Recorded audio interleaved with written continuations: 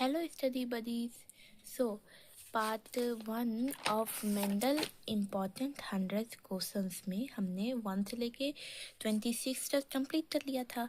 अब हम इस पार्ट 2 में 27 से स्टार्ट करेंगे और ये पूरा पेज ख़त्म करेंगे. ओके, ये आपके वाइवा के लिए अगर आप जूलॉजी या बॉटनी दोनों में ही आप तो ये बहुत काम देगा. सो इसके बाद देख लीजिएगा. और पार्ट 1 के बाद पार्ट 2, पार्ट 3 और पार्ट 4 आएगा इसी 100 क्वेश्चंस का. सो वो सब एक प्लेलिस्ट में आप तो मिल जाएगा, वो आप देख लीजिएगा. पूरे 100 क्वेश्चंस हैं चारों पार्ट मिलाते. ओके, क्वेश्चन नंबर 27 है who developed Punnett square. Punnett square जो होता है ऐसे ऐसे वाला, जिसमें थी यहाँ पे, जैसे मान लीजिए आप तो यहाँ पे मेल और फीमेल था, मेल का टॉल हुआ, फिर और अदर फीमेल ड्रॉप हुई, ऐसे ऐसे. ये जो हम लोग स्क्वायर बना रहे हैं जिसमें हम लोग जीन लिखेंगे tall, capital T small T, capital T small T, फिर capital T small T, capital T small T, और कैपिटल पहले लिखा जाता है और स्मॉल बाद में. तो ये जो हम स्क्वायर बना रहे हैं, इस स्क्वायर तो किसने बनाया था? तो रिग्नाल्ड पुनेट ने बनाया था. Okay, question number 28, define emasculation. Emasculation क्या होता है? तो removal of anther to prevent selfing, यानी जो एंथर है, जो मेल पार्ट होता है, उसको हम लोग फ्लावर में से रिमूव कर देते हैं ताकि उस एंथर से पोलन ग्रेन उस फ्लावर से फीमेल पार्ट जैसे स्टिग्मा स्टाइल और ओवरी में ना जा पाए और फिर उससे फर्टिलाइजेशन ना हो पाए. इसलिए क्वेश्चन नंबर 29 है what is reciprocal cross. Reciprocal cross तब होता है when the cross where is sex of the parents is reverse. यानी अगर एक F1 जनरेशन में मान लीजिए कि फादर टॉल थे और मदर ड्रॉप थी, तो उधर उसका रेसिप्रोकल क्रॉस किया जाए तो इधर मदर टॉल हो जाएंगी और फादर ड्रॉप हो जाएंगे. ऐसे होता है ये रेसिप्रोकल क्रॉस. फिर क्वेश्चन नंबर 30 है व्हाट इज बैगिंग. बैगिंग क्या होता है? तो बैगिंग हम करते हैं to prevent contamination by unwanted pollen rain. यानी हम ये नहीं चाहते कि कोई भी पॉलन ग्रेन उड़ते आए और हमारे स्टिग्मा स्टाइल ओवरी यानी जो फीमेल पार्ट पे बैठ जाए. तो उसके ऊपर हम एक बटर पेपर या कुछ पॉलीथीन टाइप हम उस पर कवर कर देते हैं ताकि तो बाहर से पॉलन ग्रेन आए तो उसके ऊपर नहीं जा पाए. इसलिए ठीक.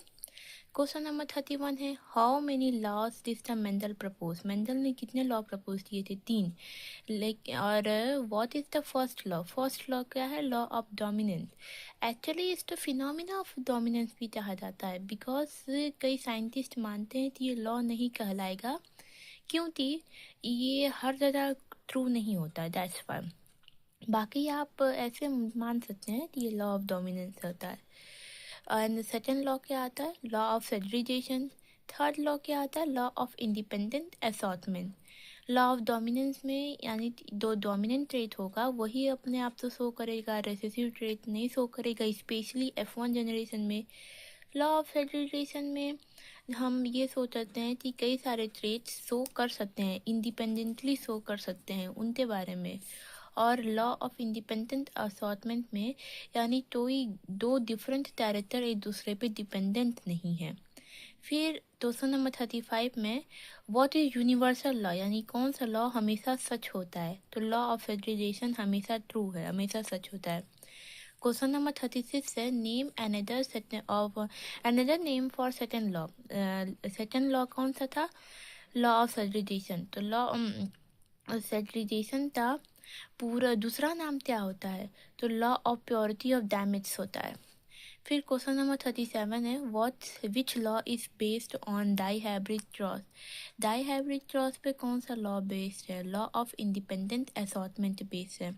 क्वेश्चन नंबर 38 है law based on monohybrid cross. कौन सा लॉ मोनोहाइब्रिड क्रॉस पे बेस्ड है? तो लॉ ऑफ सेग्रीगेशन बेस्ड है. क्वेश्चन नंबर 39 है मोनोहाइब्रिड फिनोटाइप रेशियो. मोनोहाइब्रिड अगर हम क्रॉस कराते हैं तो उसका फिनोटाइपिक यानी जो बाहर से कैरेक्टरिस्टिक्स शो होते हैं उसका रेशियो पूछ रहा है. उसका रेशियो होता है 3:1. क्वेश्चन नंबर 40 है monohybrid genotypic ratio. Genotypic ratio पूछ रहा है तो 1:2:1। ओके। फिर क्वेश्चन नंबर 41 है डाईहाइब्रिड फिनोटिपिक रेशियो। तो डाईहाइब्रिड यानी 2 कैरेक्टरिस्टिक लिए गए हैं और उसका फिनोटाइप रेशियो 9:3:3:1। और क्वेश्चन नंबर 42 है डाईहाइब्रिड जीनोटिपिक रेशियो क्या होगा 1:2:1:2:4:2:1:1। ये याद करना बहुत टफ लगता है बच्चों तो आप ऐसे याद कर सकते हैं कि बीच में आप 4 लिख लीजिए, फिर 4 थे, इधर भी 2, इधर भी 2, फिर 1 लिखिए, इधर भी 1, इधर भी 1, फिर 2 लिख लीजिए, इधर भी 2, इधर भी 2, फिर 1 लिख लीजिए, फिर इधर भी 1, इधर भी 1। ऐसे याद कर लीजिए कि 4 थे, इस साइड भी 2 2 है और 4 थे, इस साइड भी 2 2 है और उधर से बीच में